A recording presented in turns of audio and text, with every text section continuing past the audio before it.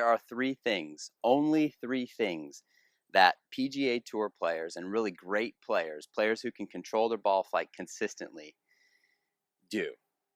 So I know there's a lot of instruction out there telling you what your right elbow should do, what your feet should do, what your shoulders should do, what your hips should do, what your knees should do in your golf swing.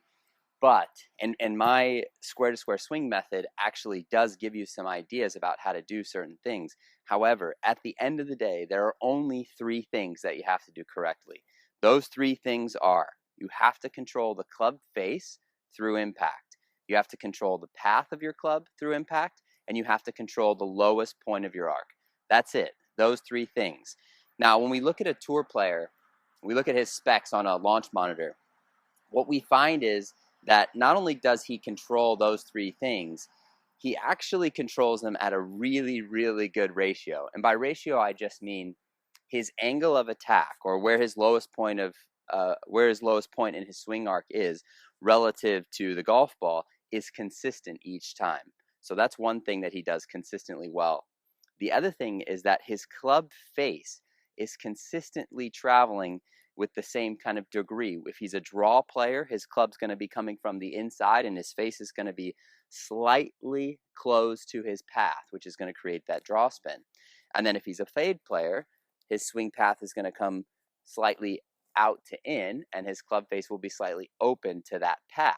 And that's what puts the fade spin on it. The big difference between really good tour players and maybe single digit handicappers, or like guys in the 15 handicap range, if you're a single digit or you're a 15 handicap, you are controlling the club face, the low point, the swing path fairly well. So you're doing that well. But the big difference is the ratio. The club face to club path ratio is a big one on tour. So if I'm on the PGA Tour, there's this accepted range of about 10 degrees actually of swing paths that will work for me. So I could have my swing path as much as 5 degrees out to the right, so in to out 5 degrees through impact. I could have it as much as 5 degrees left through impact. That huge window right there works. The thing that makes the biggest difference, though, is that the club face for the PGA Tour player is very, very close to the club path. So I just mean by that, if I had an extreme in to out swing and my swing path were 5 degrees to the right of the target line, my club face wouldn't be any more than about 2 or 2.5 degrees separated from that. So 5 degrees to the right with my path. If my club face is within about 2.5 degrees of that, so let's say my club face is about 2 degrees closed of my path. So path is 5 degrees to the right, club face is 3 degrees to the right. Now I'm going to hit a shot that pushes or starts a little right and then draws back. And it'll do this every time.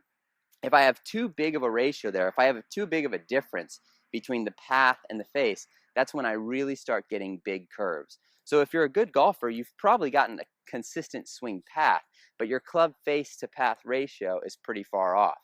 And again, those three things, path, face, and low point, are the only things that really matter. And what's so exciting and so simple about the square to square swing is it's a method that determines or helps to allow you to predispose for a path that's going to be consistent, a face that's going to be very close to square to that path, and a low point that's on the target side of the ball. So that's why the square to square swing is so simple and so accurate, because it controls the face, path, and low point. And we have a system for developing that swing that consistently puts the face, path, and low point on the same numbers.